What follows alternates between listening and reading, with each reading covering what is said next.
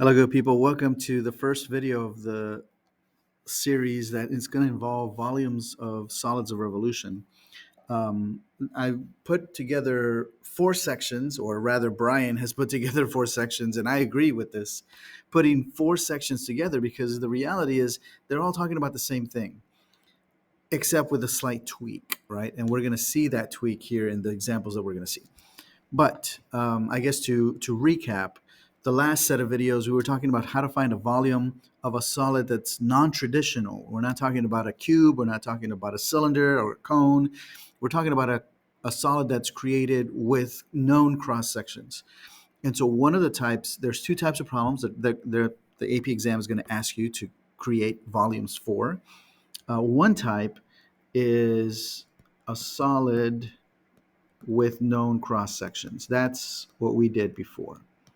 And that idea said if you know what the shape of the slice is, then if you add an infinite number of those slices, you're going to, within an interval, right, within a window, you're going to get a three-dimensional shape. Now, those slices could be semicircles, they could be triangles, they could be squares. Um, it could be any shape, right? But as long as you know that at any given moment in my three-dimensional figure, if I were to slice it, I see that cross section, then I can use an integral to add an infinite number of those slices put together within a window, within an interval, and create the full volume of the three-dimensional object. So same idea with what we're doing today, but this time we're going to do a solid of revolution. And some people are me, think solids of revolution are a little bit easier because they're very predictable. And as you're going to see here at the end of this video, we're going to create a solid revolution, and you're going to be able to predict what the cross section is most of the time within 10 seconds because it's really a shape that's created by the same process, right? So just like before, we're going to find tiny representations of the volume. In other words, we're going to take slices. We're going to take our three-dimensional shape and imagine us taking slices of it. And when I open it, we're going to see the cross section. And then we're going to add an infinite number of those slices. And by doing that, we're really integrating the expression over the bounds of the region, right? Between my A and B values, my lower and upper limits of integration. So this is the process. It's going to be the same as before. All we need to do is be aware, be careful, and watch out for what is the cross section that we're going to do. However, because we're doing solids of revolution, nice things are going to happen. And so I wanted to show you in this first video, before we get into the details of solving a setup, I want to kind of give you the image of what we're doing. And if I come over here, so I have a three-dimensional coordinate plane, right? So I have an x-axis here in red. I have my y-axis here in green. I have my blue z-axis because now we're in three dimensions, right? So x, y, and z.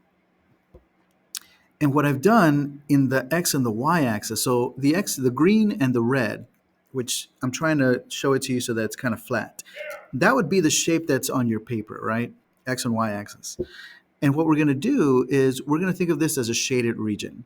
So I drew, or this GeoGebra animation drew the natural log of x. However, it only drew the natural log of x between x equals 1 and x equals 4. So I'm missing the part that goes down, down, down, down, down towards the y-axis, and I'm missing the part that goes forever increasing towards infinity to the right. But I just get this little part of it, as a matter of fact, from 1 to 4. So what the solid revolution says is if we take a shaded region, and if I were to shade, and I wish I could shade this part right here, the one that's trapped between the natural log of x, the x-axis, and x equals 4. So this little, it's not a triangle, but this little shape right here. If we shade that in, and then we spin it around the x-axis. Now watch, this is exactly what's going to happen. As I spin it around, it's going to create a three-dimensional object. And that three-dimensional object is called a solid revolution. We created this solid by taking a two-dimensional shape and spinning it around an axis, specifically the x-axis. Kind of looks like I don't know, like a topper or like a bullet or something like that, right? But the idea here is I can find the volume of this because if I were to take the slice at any point of this red object and open it, the slice would look like a circle. And it looks like a circle because I'm always doing a solid revolution. And so part of what we're going to talk about is the shaded region, that initial region that I pointed out, is it right up against the axis? Because if it is, I'm going to get a solid, um, I guess a solid of revolution. Like there's no gap, there's no hole. There's just like a full filled up solid revolution, three-dimensional object, right?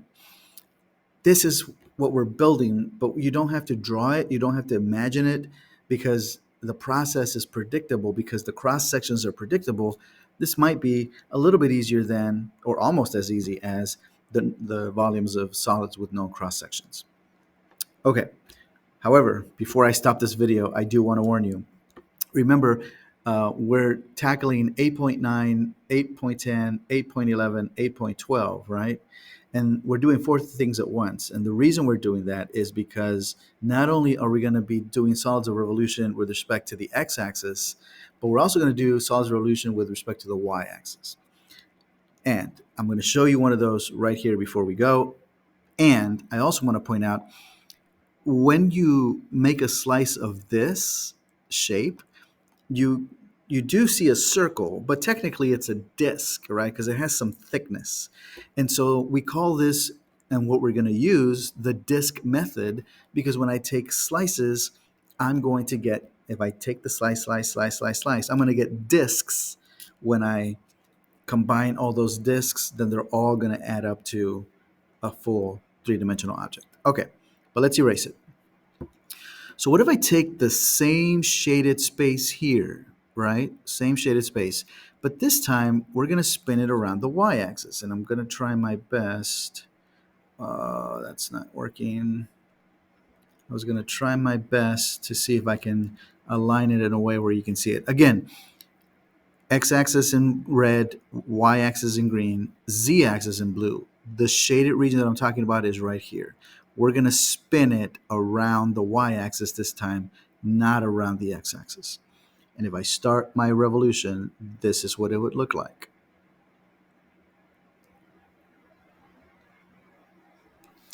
Now, as I move this, take a look at the solid of revolution we created. So this is a three-dimensional object. However, there's a gap in the middle. There's a hole in the middle. And the reason there's a hole in the middle is because the shaded region that we had originally didn't butt up against the axis of revolution, right? There was a gap here. So then there's going to be a gap, a hole in the three-dimensional object. So this time, if I were to take a slice, it wouldn't look like a complete circle. It would look like a circle with a hole in the middle. And that's what we call the washer method. So actually, topics 8.11 and 8.12 refer to the washer method as a way to solve volume for the solids of revolution. This is what's happening in the situation, is there's a missing piece in the middle there. Okay, so let's go think about and wrap up this first video. We're going to spin, we're going to revolve a shaded region around an axis. We're either going to get something that looks like this, and we're going to get a disc, or we're going to spin it around and there's going to be space in between, and we're going to get a washer.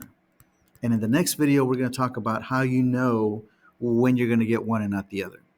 If you think about it, this is the circle, right? So this would be pi r squared times dx. Dx would be like the thickness of this disk. If I could draw a thickness, I would draw a thickness. That's not it. But if I could, that's what it would look like. The washer says, well, wait a minute. This is the shaded region, right? But I have to cut out this middle part. And so in reality, there are two radii. There's a big radius from the center to the outer, And then there's a little radius from the center to the inner boundary there, the inner circle. And so then this would be pi big R squared minus pi little r squared dx. And the dx could change if I'm doing it with respect to y, and around the y-axis that would be dy. But these are the ideas that we're going to use. That's the nice thing about solids of revolution. There's only two possibilities.